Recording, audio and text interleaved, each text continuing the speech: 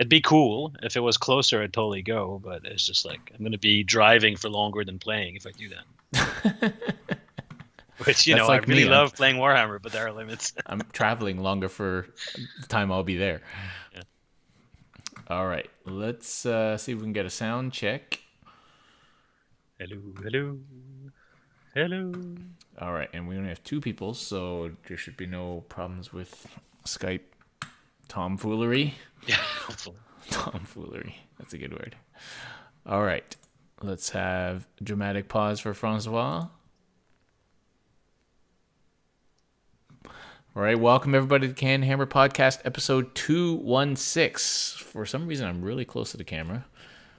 I feel claustrophobic. There we go. And welcome to this episode, and I'm joined tonight by my co-host, Francois.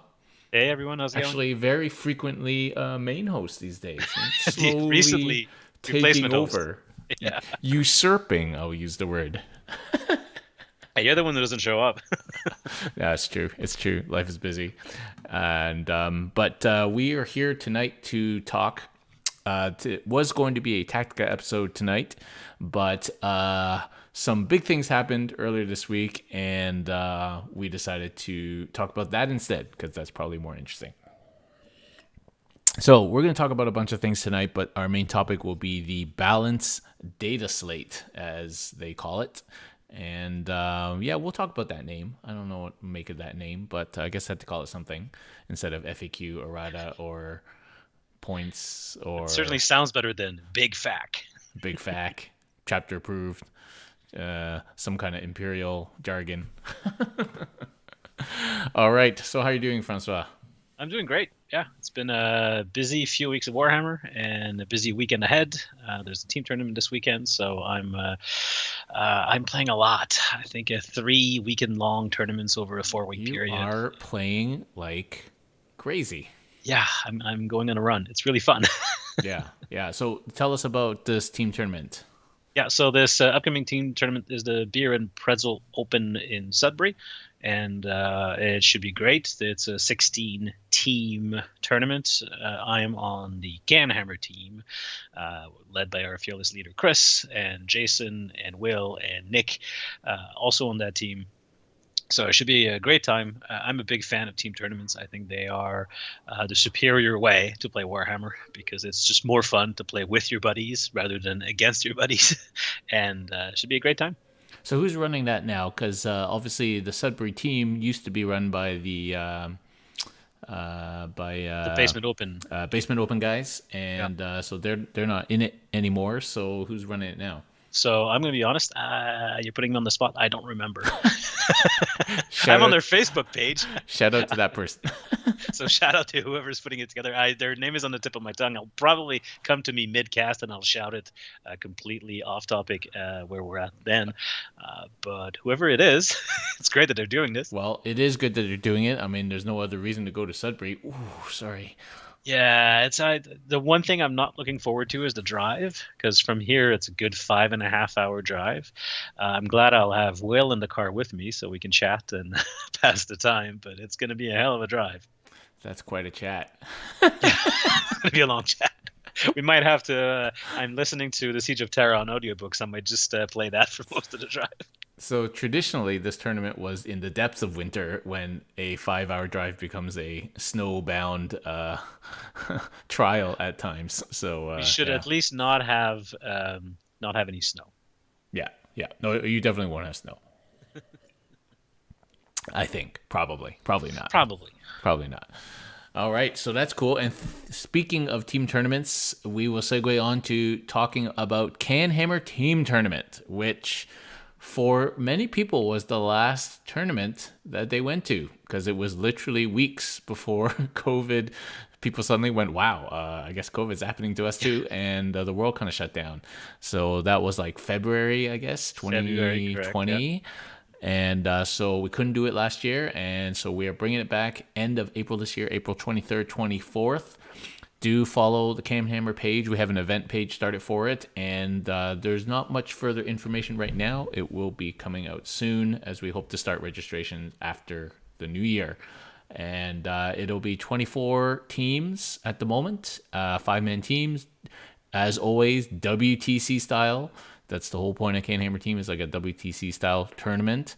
And so get ready for it. It will probably sell out very fast.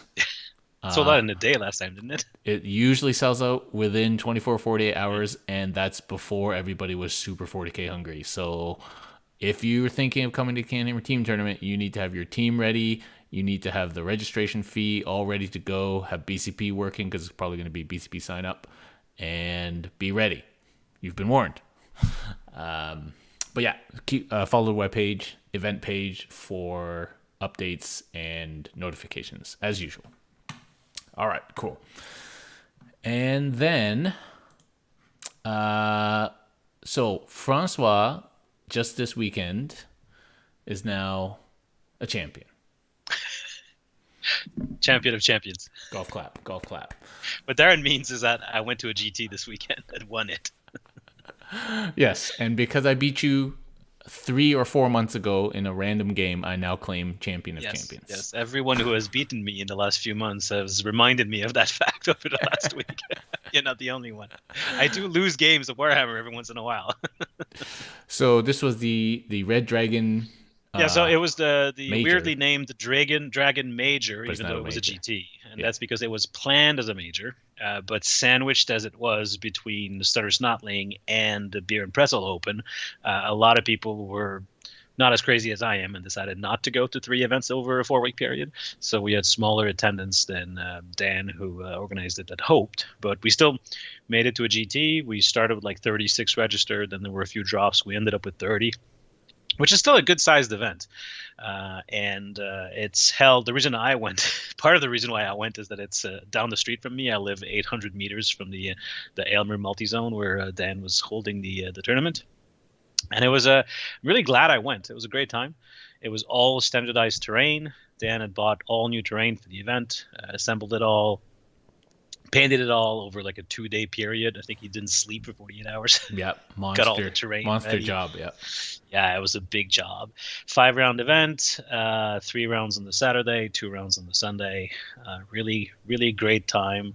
I did very well. Obviously, I I played against AdMech round 1, AdMech round 2. By round 3, I was really hoping not to play against AdMech again. Thankfully, I've played against our good friend Jeremy, who plays AdMech a lot. So I don't love the AdMech matchup because it's hard, but at least I know what AdMech does really, really well. So first 2 games were not easy, but at least I felt comfortable in the matchup. And then round 3 is the game I do want to talk about a little bit more, because round 3 was against our co-host, Nick. So Nick ended up playing only local people that he knows very well for all 5 rounds of the tournament, which he was a little bummed about, because part of the fun of these tournaments is to play new people. But round 3, Nick and I both undefeated going into it, and he's playing his Thousand Suns. I'm playing my Drukhari, and we have a great game. I end up taking it, partly because Thousand Suns don't have a great matchup with the Drukhari, to be honest. Drukhari have exactly the right tools to kill Marines, and Thousand Suns are magic Marines, but they're still Marines. Yeah. So I ended up taking that game, and Nick did super well, though, because he then proceeded to win his next 2 games and ended up second. Yeah. So I came in first. Nick came in second. I ended up, throughout the 5 games, beating the players that came in second, third, fourth, and 5th. You definitely worked your way up to the top. No one can say I had an easy path to that win. And it was a great time. The first time I win a GT, so that's exciting. Hopefully it'll happen again. But first and GT you are win. Currently still, I believe, number 1 in Canada in the ITC. Yeah. On the back of a few RTT wins and my 6th place at the Stutter Snotling Major a couple of weeks ago, and now this GT win, I'm now ranked number 1 in Canada. Although we do have to be careful. I'm ranked number 1 partly because I have my 6 events, and the people ranked 2 and 3 don't have 6 events. So once our good friend Ridvan Drukhari gets his sixth event, he will pass me. But for now, I will enjoy seeing my name up there at the top of the list. Well, what can you do to upgrade your point level? You're not Well, maxed out. once the league scores are in, my lowest RTT score will drop and be replaced by my league second place. So that should increase me another 100 or so points. So I'll be past 1,000 points, which is I pretty good. guess if you guys win the Sudbury team, that's not going to help you because it basically counts as It the RTT, could right? because it would be a 16-man RTT, so that would increase one of my RTT scores. So yeah, that could increase it a little bit too. But I'll end up somewhere around 1,000-ish points, which I'm ecstatic about. It'll be great, Yeah. and I probably won't end the season number one, but it'll be good enough for like top 5, which is great. Yeah. All right. Well, that's awesome. Congratulations on winning that. Thank you, sir. I got, for those of you listening on the podcast apps, I apologize for the lack of visual, but for those of you on YouTube, I got a really nice plaque that Dan had made for the winner with a 3D printed bolt pistol and a laser etched engraving there. So that's really cool. And I will give Dan and the Red Dragon people and Dylan a lot of props for amazing prize support. I won the equivalent of $750 worth of GW merchandise, which I turned around and turned into store credit at Dan's store. And that's because they put everything back into price support. Since it's their store, they didn't need to rent a venue. So I'm pretty sure every single dollar went that didn't go to lunch because lunch was included, went back into price support. Nick, for coming in second, got about $500 worth of stuff. Nice. There were thousands of dollars worth of prizes total. So if you're in the Quebec City to Toronto corridor, and so within easy drive distance of Ottawa, you should definitely think about coming to the next one, which should be a major. That's what it's being planned for anyway. Canadian Shield. That's the Canadian Shield in February. The event is already on Best Coast Pairing, and you can buy a ticket on the Red Dragon website. It should be a good time, and Dan is really motivated to improve on the major we just had. And all you'd have to do is beat some Ottawa chumpies. Yeah, exactly. Easy. You just got to come and beat me. Just take it from the Charity Hammer guys. You just got to cross the border, beat some chumpies, take some loot home. Well, hopefully we can get some of the Toronto folks to come down and more people from Montreal and Quebec City and have a good time. Yeah, the timing was bad between two other tournaments. Yeah. Yeah, definitely. Yeah. I mean, Chris couldn't make it because for exactly that reason. I think it was hunting though. But yeah, great time. Good Chris event with guns. Yeah. And it's also 800 meters from my house, so that's also something. You I'm just very roll out much of bed like. and you're there. Exactly. Don't have to drive 6 hours. All right. Awesome.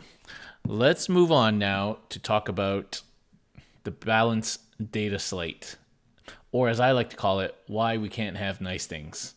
So I don't know why you say that because those are all very nice things they gave us. no, but it's just a joke in terms of people abusing things, right? Well, people who bought 9 squig buggies and now can no longer play them, I have zero sympathy for. There you go. So it's why you can't have nice things. Okay, so on Monday, this week has been a blur. Monday, I think, they announced the balance data slate, which is basically a document outlining some rules changes. So not just points and not just nerfs, actually, buffs and nerfs and point changes for what they feel they need to do right now to balance specifically the competitive 40K matched play experience. So this is really, I think this is the first time they've done something like this, which is specifically for competitive play and includes buffs, not just nerfs. Yeah, giving us rule changes that improve things, I don't think it's something they've done before. Usually when they have an emergency fac or whatever, it's usually rules just changes that will nerf things. Like when the Iron Hands were out of control, they very quickly came up with a digital rules change, but that was a nerf. A digital rules improvement buff, I don't think I've seen that before. So clearly, they went through the game right now and they said, okay, what needs tuning down? What needs to come up in specifically factions who probably not getting their book before the next update, which they said they're now doing this quarterly, which is another great piece of news because it means nothing's going to go crazy for more than a couple months, probably 2 or 3 months. which is great. This is big. The fact that they're committing to doing this regularly now, because I've been burned by Games Workshop before. I'll wait until they do a couple before I treat it as gospel that one is coming soon. But if they do that, it means that if something is completely broken, you only have to grind your teeth and bear it for 2 or 3 months, and then it's gone, right? Or the opposite, if your army is so shit, you only have to wait maybe a couple months to get some help. Good point. Which is that's the best thing I like about this is the positive side of it. So there's a bunch of armies that are struggling right now with no hope on the horizon of a new book. So this, I think, we'll discuss it in a minute, but it's good to know that you're not going to be left out in the cold till the next edition, basically, or the next round of who knows, like campaign books or whatever, right? So yeah, I agree. This is a real positive. Not only is there the adjustments downwards, but there's also the boosts. So I like this, and again, happening every 3 months is going to be, if it does happen, which I suspect it probably will. It's going to be great to not only keep things as balanced as possible.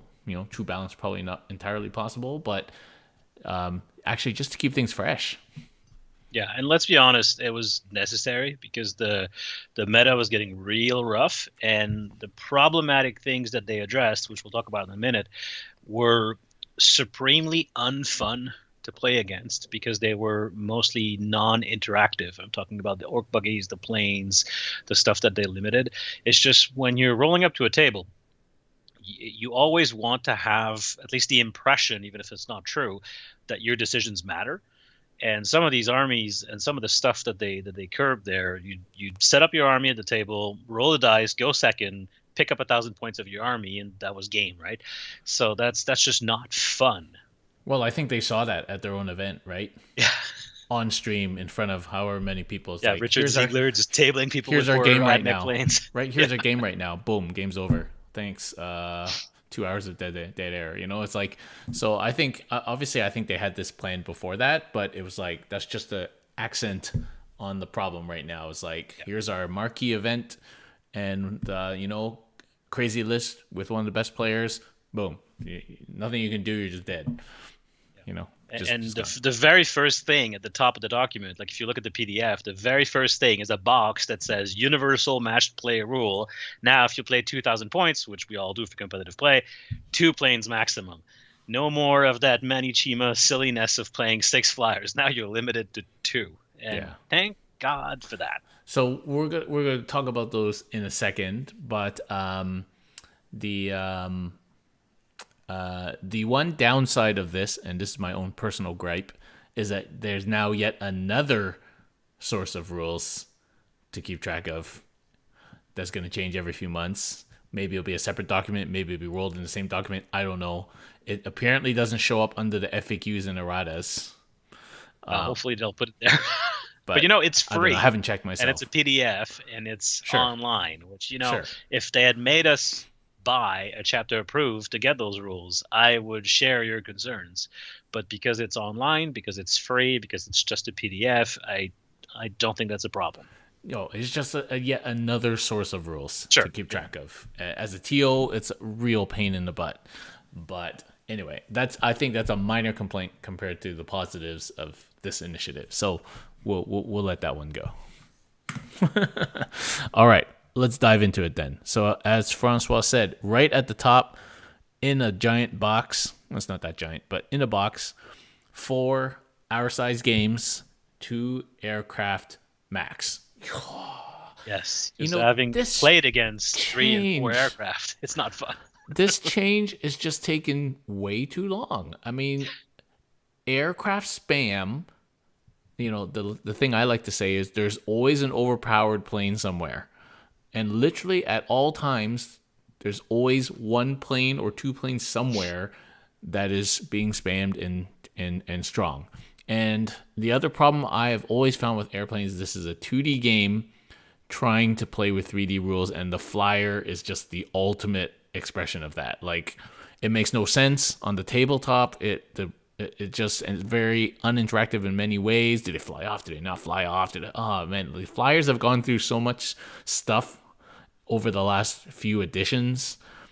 Finally, we're just accepting that, you know what? if you want a serious game, maybe you can't have a whole bunch of stupid flyers flying around a 2D Yeah, table. and we have talked before about the problems with flyers, so we're not going to rehash that anymore. But I'm very glad that they limited them to two. I think that you don't want to just take them out of the game entirely, although I might have been okay with I'd be that. okay with that. I'd But I be think totally two okay is with great that. because two balances itself in so much as planes can't hide, and two is killable by most armies if they go first, right? So the problem was when people were playing 3, 4, 5, 6, where even if you go first against that flyer list, you kill one or two and they still have four, it's not helping you, right? They're still flying over you, ignoring all the terrain, which is our balancing mechanism, really, and just killing you. So the limit at two, I really like. Does by the way, does this mess up that Necron stratagem? So that Necron stratagem that you're talking about with the three doom sides of doing the big plate of mortal wounds no longer exists. That was an old that was codex the thing. old codex. Oh my I god. think that was the old codex. Okay. It does have a few unintended or maybe intended problems with aircraft squadrons. So I have a lot of Valkyries for my guard because I like the idea of playing drop scions, even though it's never been good, really, not that good anyway. And now, because it's aircraft models and not aircraft units, four of those six Valkyries can't be used anymore. So we'll see if the guard codex gives us an exception. But you know what? I'll take that as it's fine if it means that I no longer have to play against six Orc flyers or four Mech flyers. Or Didn't whatever. I sell you two of those? Yes, two of those were yours. Yes. In before third bod. Yep. All right. Yeah. So I don't know. I haven't heard anybody argue yet that this change wasn't needed. So I'm glad that it happened. And let's move on because Sure. it's only good. Okay. So the next thing they did was give some factions some love and some factions some smackdowns. So AdMech didn't get any smackdowns other than points changes. Well, they got a big smackdown in the and form the of flyer. stuff. Yeah, a big smackdown from points, which we'll talk about in a minute, and also with the let's talk about AdMech points now and the flyer thing, obviously. So those flyers, not only two, but they went up 20 points each, I think. Yeah, that's like a big. It's significant. It's It's like 15% increase on what they were before. Something that's like that. like a Telemon style nerf that. The AdMech competitive list, so our friend Jeremy, who plays a very competitive AdMech list, his list went up something like 260 points, which is a lot. Good. Good. I agree. And I think he agrees as well. But AdMech got hit pretty hard. Like everything went up that people were playing. The Cerberus Raiders, the Skitarii, the Ruststalkers, the Infiltrators, all the good stuff went up. The only thing that went down is the 1950s space robots. Which went down by about 5 points each, I believe. Do you think we're going to see those now? So people weren't playing them before, and I don't know if 5 points is enough of a drop because they're still expensive for them to suddenly become playable. Because they're 90 points now. They went out either 5 or 10. I don't remember what they were before. I think they may have been 100. Now they're 90. But even then, it's a drop, sure.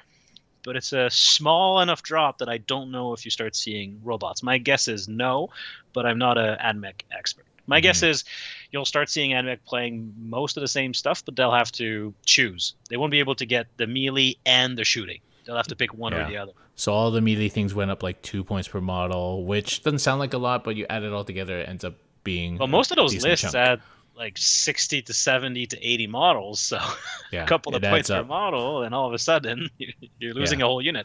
So the chicken guys went up 10, and a couple of the I think these are the characters went up 10 points each, which is a big hike on a character. Oh, well, those marshals or whatever they're called were criminally underpointed, and I think they still are, even with +10. Yeah. All right, so some big points adjustments for AdMech, but I think they're still pretty strong. Yeah, they're still up there. I think they're definitely no longer the top army in the game, which I would argue they were, followed right behind by Drukhari before them. Now they're, I don't know, Grey Knights are above them now. Because Drukhari were hit less, Drukhari is probably a little bit better, but they're right there. They're very, very much still at the top. Okay, and my heart bleeds for AdMech players. Not really. Not really. I never liked AdMech as an army. I just don't Well, like the AdMech is another whole. one of those armies that were just so oppressive that was very unfun to play against. Like a tooled up AdMech list was very non-interactive for the opponent. See, against Dark Eldar, again, of course I'm biased because I play Dark Eldar, but against Dark Eldar, you get to kill my stuff, right? Because I keep trading it. And by the end of the game, yes, I will have crushed you, but you will have killed a lot of my stuff while I'm doing it. Whereas AdMech, it's very much a one-way street. So even if the result is the same, it feels worse to play against AdMech than to play against Dark Eldar. And I'm not even talking about playing them. I just don't like the whole You just don't like them in general. robot theme thing, and reading their books is annoying. And Okay, so fair enough. I also was never a huge fan of the AdMech aesthetic, which is why they're not one of my many, many armies. like if you read one of the AdMech novels, it's literally like reading like computer coding. It's like the most annoying thing. Some of them are written better than others. There are some bad ones, yes. It's like one of them is literally like reading code. Well, Black Library authors are uneven. Yeah. Okay, let's move on to, let's talk about Drukhari then. Sure. So Drukhari, again, didn't get any rules changes, but got a bunch of points changes. Less than AdMech, I would say. Yeah, they were hit less hard than AdMech, and some got stuff a bunch got of buffs. Yeah, got a bunch of point well. drops too to try and shift everybody to the next overpowered army. So, as an example, if Jeremy's competitive AdMech list, which he played at Stutter Snotling and he played at the GT last weekend as well, his list went up 260 points or so. My list went up about 160 points, so it's much less severe of a hit. And my list was playing all the good stuff, right? So it goes up, but it's 160 points up. Yeah. And it can be offset by some of the points drops that also happened. And let's be honest, the stuff that they increased, fair enough. Like the Succubus was criminally underpointed. Yep. And even going up 20 points, I'm still taking one every single time. Because that character will just kill whatever you point her at, and you can still trade very efficiently with it. Incubi went up 2 points. Again, fair enough. Incubi were too cheap for what they did. Witches went up 2 points. Okay, so now maybe instead of taking your Blood Brides, you just take regular Witches. It tones them down a bit. Again, fair enough. Raiders, second points hike on the Raiders since the Codex dropped. So now the Raiders, I'm not thinking I'm gonna take as many Raiders. So now I go from 4 Raiders in my list to maybe 2, right? How much are they now in total? So it's 100 total with the gun now, I think, because you have to pay. The change that they made is now you have to play plus 10 for the Darkland. So I think they stayed 90, and it's plus 10 for the Dark, or maybe they're 110 now. It's a 10 point.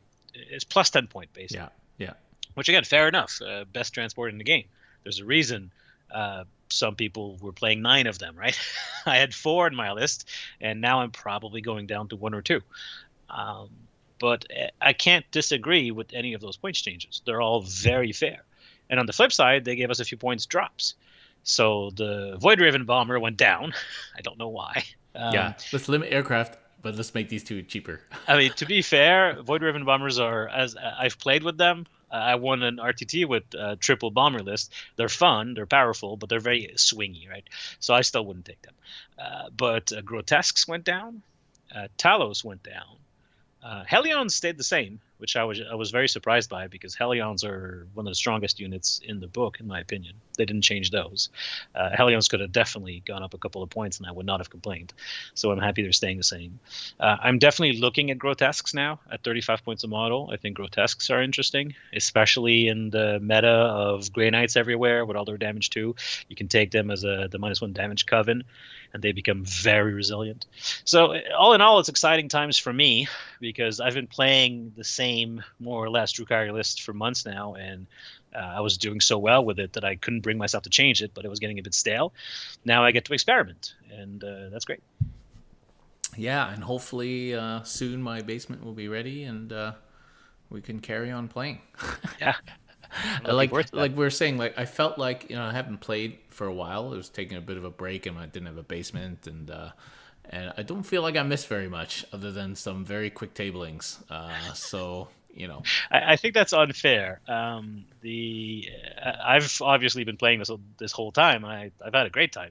To be honest, maybe it's because I was playing one of the problematic armies. But it's in at the tournaments I went to, there were some very skewed armies, but I played against only a few orc buggies. I did get crushed by Jeremy in his triple fly rad mech list in my league game. That one hurt.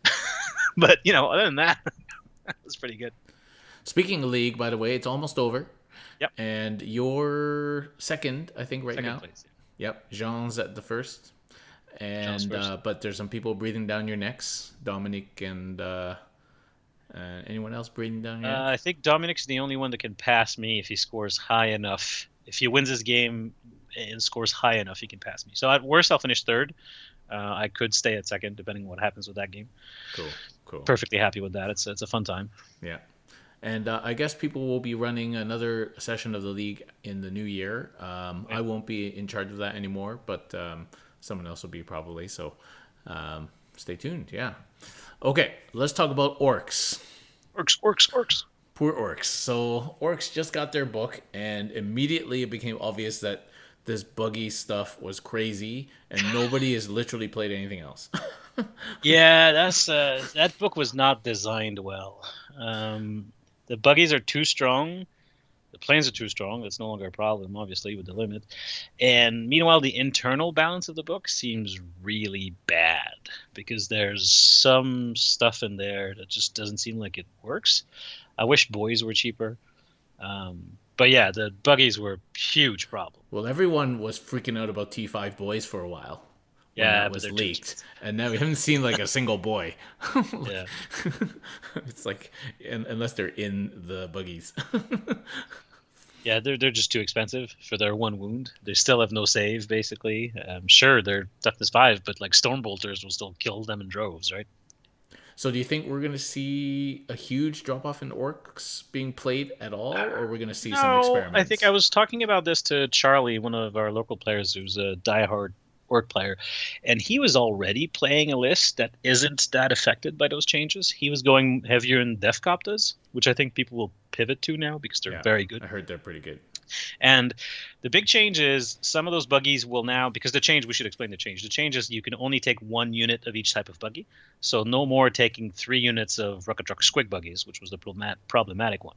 So that means not only can you no longer take 9, which was already a huge problem, but you also can't take 3 units of 1, which people were doing for flexibility.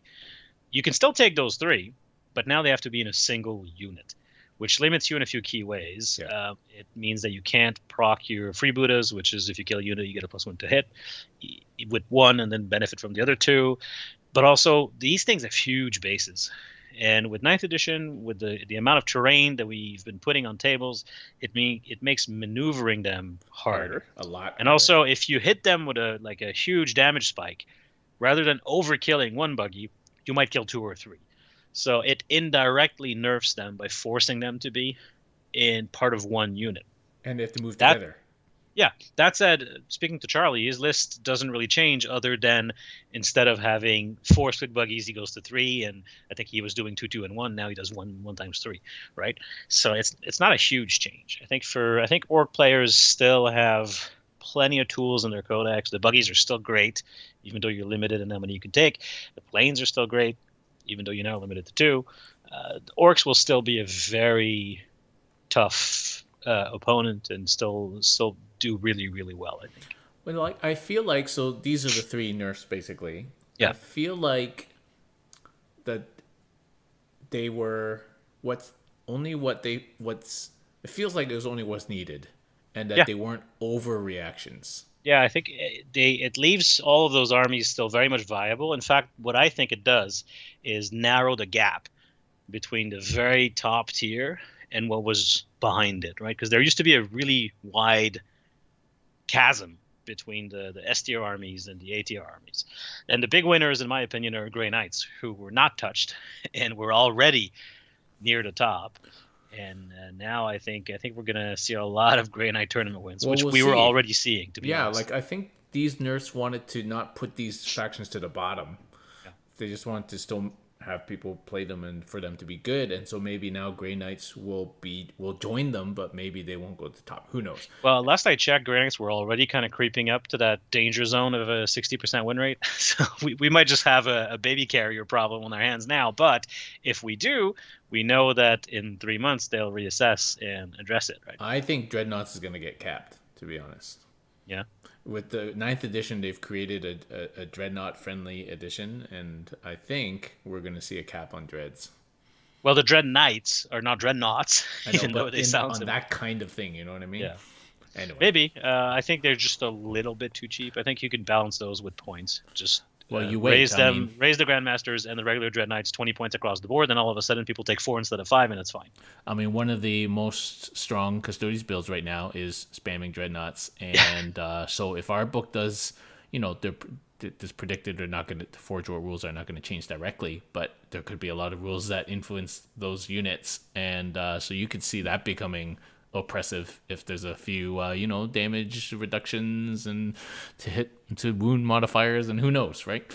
So okay, cool. Well, let's talk about the buffs. Yeah, because that's exciting that they didn't just nerf stuff, but they also buffed stuff.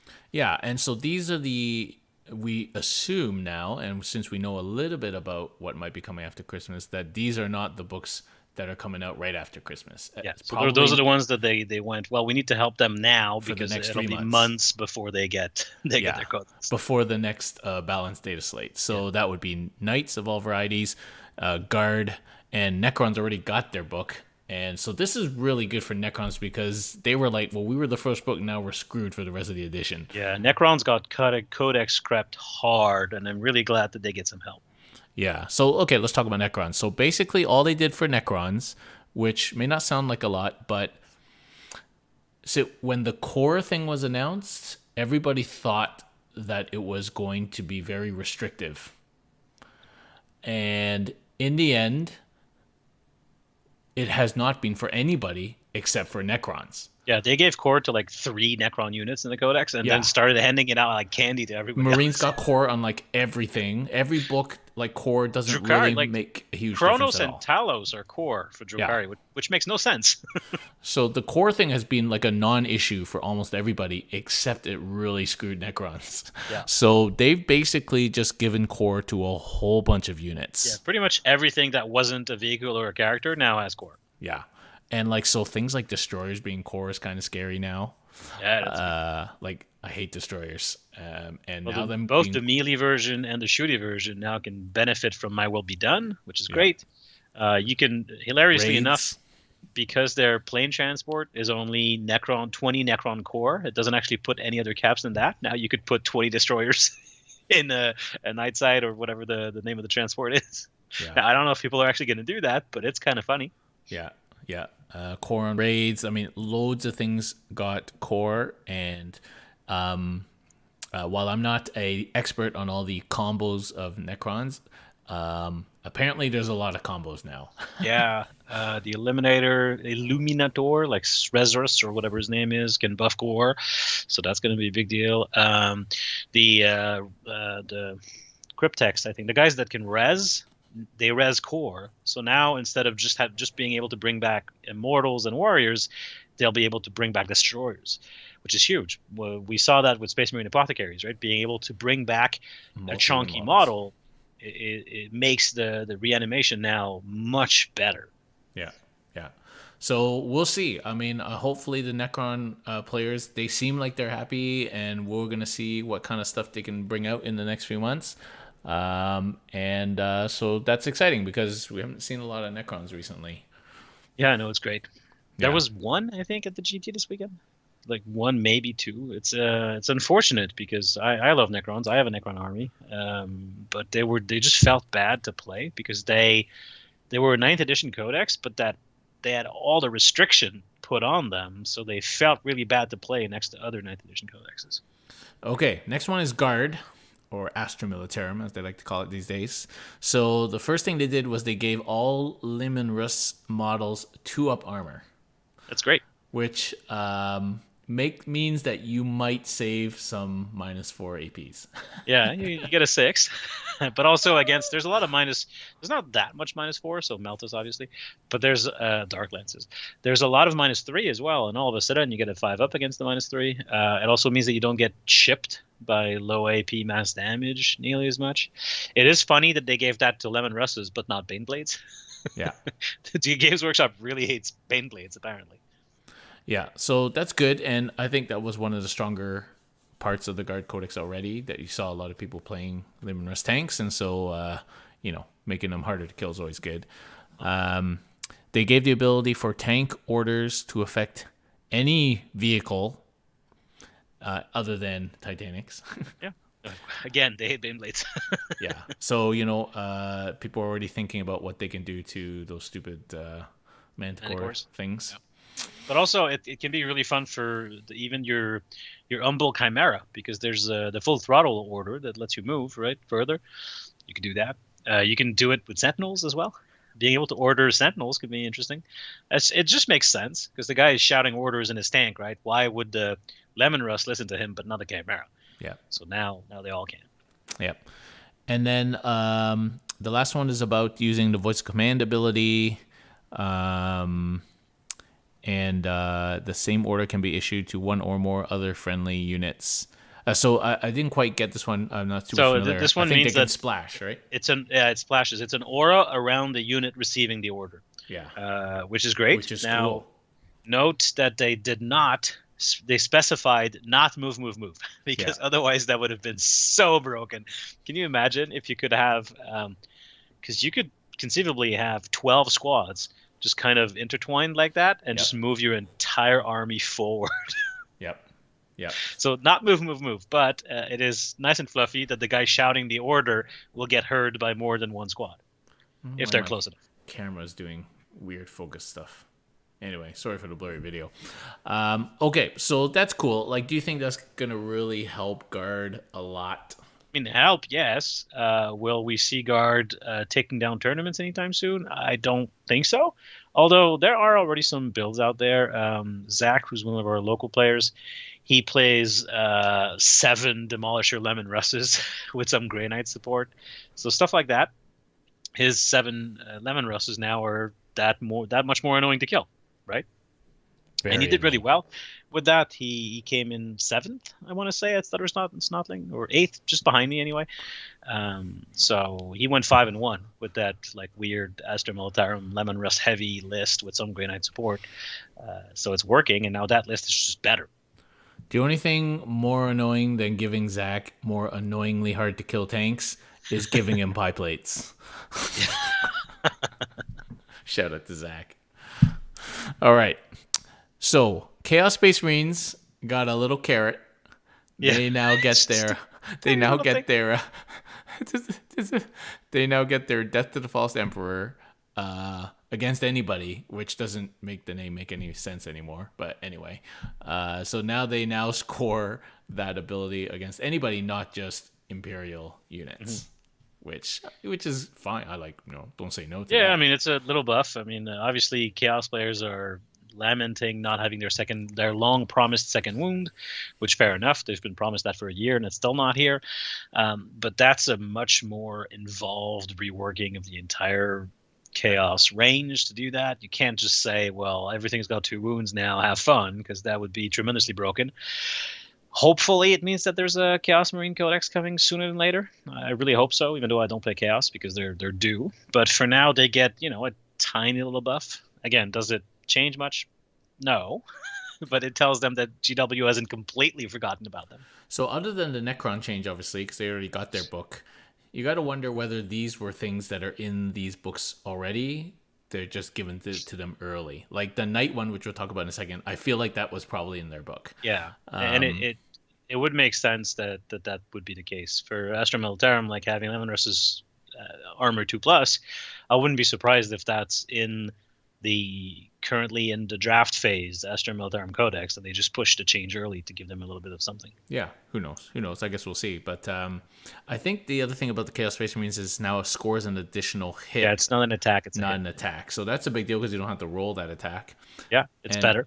It doesn't say unmodified No, 6. it's still modified. You can still so now because modifiers are capped, it's only ever going to be a 5+. I'm pretty sure, but still, it means you can have it explode in 5+s. Or on the flip side, if they don't have plus modifiers and you have a minus modifier, it doesn't work. Doesn't work. Yeah. That I gotta say that must be a rare example now of a non-unmodified 6 rule. Yeah, it's weird that they didn't take the opportunity to update it to the new language, but But maybe they did it on purpose. maybe It is kind of weird because there aren't very. I can't. I don't there's know. nothing anymore. Everything in There's the not that ninth many, edition codex if it's any. all unmodified. Yeah, yeah. Okay, let's move on to knights, which includes both imperial and chaos varieties. So as we said, I feel like this was probably in their book anyway, but they pushed it out early, and I think this really helps knights play the mission better. So basically, your big knights count as 10 models for the purpose of objective holding, and little knights count as 5 models. And all little knights in a pure knight army, little knights get OBSEC. Yeah, because the little knights are like the troop equivalent. In Imperial Knights, you also have ways of making the big ones OBSEC as well, which is huge. But that was the glaring weakness of Knights. I mean, they have many glaring weaknesses. They can't do action secondaries. There's tons of stuff that they have issues with, but holding objectives was always the big one because I could move a lone guardsman onto an objective yeah. and say this objective is now mine and this like towering machine of death that's like 10 times taller than the guardsman is just sitting there and taking it, right? So now there's going to be counterplay to that, giving OBSEC to the Armigers and counts as multiple models for both them and the big knights is very elegant change. I think something we all expected to happen. Yeah. Partly because that's how they did giants in Sigmar, and we all figured that's a trial run for knights in 40k.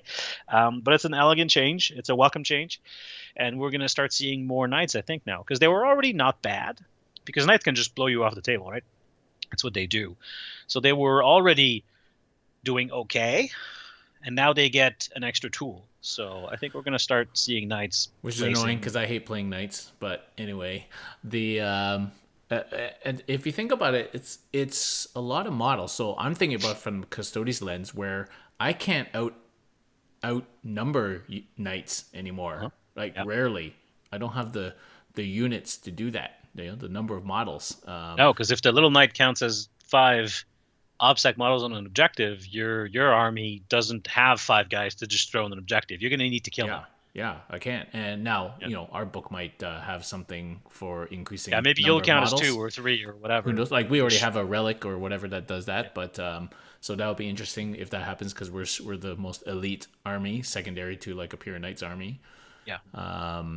So this change will obviously help knights a lot play the mission. People like Rickard would be super excited. Oh yeah, he's ecstatic.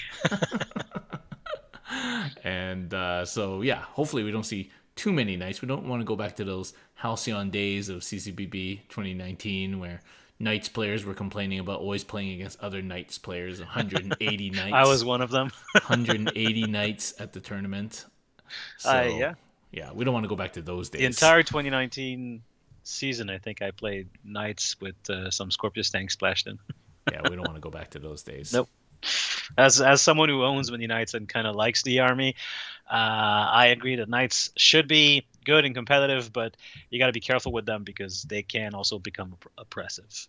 As with any kind of army composed of just small number of large models. If you overtune them just a little bit, all of a sudden it starts becoming a big problem. So overall, as we said, I love this data slate. I think it's great. Me too. Buffs and nerfs, points changes, rules changes. I think it's very good. Yeah, and we're not afraid of criticizing GW when they do stuff we don't like. But this, I love everything about this. Even the points nerf that my army took, I think, fair enough. Those were necessary for the health of the game.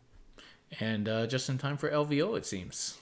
Yeah, definitely. The LVO will include all those changes. In fact, I'm pretty sure that they were working with the big tournaments coming up. There's one coming up. I don't know if it'll be live for the big one this weekend. I think it's in Texas somewhere. But like the battle days of flyer spam are definitely behind us, which thank God. Yeah. Yeah. Okay. Cool. Let's go to questions. People got questions in the chat, then please type it in. We changed the topic at the last minute, so there Yeah, there's aren't going to be a big. lot of custodies related questions, which we're not Yeah, talking which we about won't tonight. talk about. So there is one question from Rickard: is he having a fever dream or is this real? Yeah, I think Rickard has been he's been asking for this change for a long time. He's been wanting his knights to gain OPSEC and count as multiple models, and he finally gets what he wanted. And he's gonna go to PNP next week, I believe. He's registered for that. So Rickard, if you're listening, I hope you win PNP with your newly OPSEC knights. So are you guys using this new thing for PMP? Yeah, I believe so. So I'm not going to the one on the 20th because I'm already going to too many things, and there are limits. But I am going to the one on the 27th, and that'll definitely be live for that. Hmm. But yeah, I'm almost certain because PNP is just an RTT and it's meant for practice, right? There's no point in playing a dead list at a small tournament. Like this weekend, I'm playing a dead list because the team tournament, the lists were locked in a long time ago. And although I would have been fine redoing my list last minute, most people are not. So we're not playing with those balanced rules this weekend in Sudbury. We're playing with the old rules. So it's going to be the last hurrah of AdMech flyer spam and undercosted Drukhari. And there's a lot of AdMech flyers and undercosted Drukhari at that tournament this weekend. And that's the problem you're always in as a TO, right? Like, Yeah. Now if you get tabled by flyers this weekend, you're gonna feel extra salty, right? Mm-hmm. But and also from the perspective of the player playing the army that's no longer valid, what's the point, right? Because I'm playing this list that is now dead to me. Like I don't even have an incentive of learning anything from it. Sure, okay, winning is an incentive. That's fine, but there's something that doesn't sit right with me anyway with playing old rules because I know that what I'm doing is no longer valid, and so what's the point? But I also understand that not everyone has the models on hand to just turn around and rewrite their lists 3 days before a tournament. I happen to have the models on hand, so I would have been okay with it. Also, for a team tournament, you kind of can't do that. Yeah, all the it's lists get also submitted, and yeah, and everyone has to check the lists and yada yada yada. So I understand why we're not changing them, and I never expected them to do that. But it will be weird playing an entire weekend of Warhammer with rules that I know are no longer valid on both sides of the table. Yeah. Okay, so actually, we forgot to talk about one thing, which one of the questions in the chat brought up. So let's talk about the factions that didn't get changed. Yeah. So Custodes GSC will just say we're getting our codex in December. So there's no point. No point. So one of the things that came, so Eldar didn't get buffed or nerfed. They don't really need nerfing. Or Eldar, kind of Harlequin, stuff like that. And so then the presumption is they have a book coming up in the next 3 months. Yeah, so Tau is not mentioned either, and Tau is more or less confirmed. I think it's official now that it's January. So Tau is also coming out very soon. And so you're right, the glaring one that's missing is Craft World Eldar. So Harlequins, I don't think necessarily needed anything one way or another. Like, they're not great, but they're still fine. Eldar, though, other than using their indirect artillery and souping it with Harlequin, people aren't playing Eldar at all. If you look at the numbers, there's barely any Craft World players left in the tournament scene, which is a problem. And the fact that there's nothing for Eldar might indicate that there's going to be an Eldar. It's not a problem at all. Eldar has been super obnoxiously But you say that because you hate Eldar. In every single edition, so they can have some time at the bottom. Thank you. Well, they've had a long time at the bottom now. At the bottom now, that's fine. It's fine. Yeah. If Marines can spend all that time at the bottom, Eldar as you know, definitely. I have a significant Eldar collection on my shelf. So as soon as the Craft World Codex comes out, I'm if it's as good as it's been in the past, I might switch from one kind of Eldar to another. In fact, that might be the only games that I've lost against you. Is those stupid Eldar games. I never beat you playing Eldar. I don't think. I've definitely won games with not Eldar against you, but the Eldar matchup you were having, especially when I was running M-Locks, you really hated M-Locks. Oh God, yeah. At least we won't see Eldar flyer spam either. Nope. I own two Mlocks and two Crimson Hunter Exarchs, so I'm good. I can play Those- one or the other. Those were stupid days. Yeah. So Sisters didn't get any adjustments. They've But they're gotten fine. a lot of rules. They don't need anymore, and they're okay. Who else? Who else are we missing? Obviously, nothing changed for Marines, but they don't need it, and they just got a Black Templar update. So I'm glad nothing changed for Marines, because I think they have so many options. Well, and see, changes for Marines will come in chapter approved, because the Marine points will change. I guarantee you, once chapter approved actually comes out, which they've hinted in this document is going to happen early next year. It's just not urgent enough, they feel, for them to push the update early, which fair enough. Yeah. I also feel like Marines is very difficult to balance because there's so much Such in a there. sprawling range. Yeah. So much in there with so many different possibilities that you have to go really carefully with Marines, or else the next thing it's you know, tough for Marines because you're balancing the same models for White Scars as for Iron Hands as for all the other chapters. So something that is perfectly fine with one set of rules suddenly becomes broken with another. They need a light touch on Marines, and Marines are doing fine. Like, they're not top of the meta, and like our friend Dom, who plays in our local meta, great player. He's a diehard Marine player, and he still does very well. We played the final game at the GT this weekend, and if he had beaten me, he would have won. Well, it would have come down to points, but he probably would have won the tournament, right? And so Marines can still hang. They're just not top tier. Which is okay. Right, which is fine. Not everyone can be top tier at the same time. And Nids didn't get anything. They got a couple things in the But they just got a Nectarius campaign book. So again, I'm guessing they don't want to mess with that recent an update, which is fine. Some exciting stuff for Nids. Again, once your basement is finished and we can resume our weekly games, I'm going to bring some Nids and test some of that out, because there's some exciting stuff there. All I used to play against was Nids. Oh, that's because Phil also has Nids. And well, maybe Jeremy. I'll leave Phil. I'll leave the Nids testing to Phil and bring something else. Yeah, like not Jeremy Atkinson. Other Jeremy who used to play, doesn't play anymore, but he used to play Nids all the time. It was Nids everywhere. Yeah, Nids are cool, man. Yeah. And Mike McEachern says, kind of feels like they forgot about Chaos Demons. Well, that's fine, because who likes Chaos Demons? So again, maybe there's something coming there's rumors, the same rumors that have been proven like very reliable because they've predicted like every release of the past like 4 months. That rumor says there's lots of Chaos stuff coming in 2022. So maybe we're going to see a Chaos Marines Codex and a Chaos Demons Codex back to back in the early part of 2022. That's quite possible. For sure. Death Guard didn't get any changes. They're pretty good. Death Guard, again, are doing fine. Grey Knights, as we already talked about. So yeah.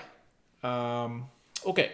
So there are no more questions, and that is our cast for tonight. So thanks very much for joining me again, Francois. Always a pleasure. Thank you for everybody for following, subscribing, liking, Patreoning, doing all these things to keep us going. And we will probably see you next week. I'll probably do my tactic on Wednesday night. I can't remember. I'm coming back. Tuesday, if we do well at the team tournament, we'll try and get Chris to come back to a cast and talk about the team tournament. Get the special appearance by Chris Haynes. And if we do badly, you'll never hear about it again. If we get crushed, we'll never mention that team tournament again. All right. Okay, cool. Everybody have a good night.